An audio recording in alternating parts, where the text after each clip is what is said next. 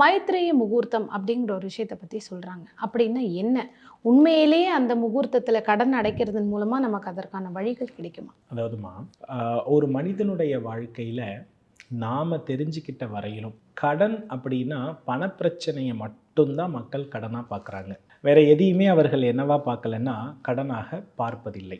பொதுவா இந்த பூமி வாழ்க்கையில எந்த ஒரு விஷயம் பிரச்சனையை தருகிறதோ, எந்த ஒரு விஷயத்தை நம்மால் நிறைவாக அனுபவிக்க முடியவில்லையோ அதற்கு பெயர் கடன். அது எந்த விஷயமாக இருந்தாலும் சரி. அப்போ கடன் அப்படின்னா அதற்கு பெயர் என்ன?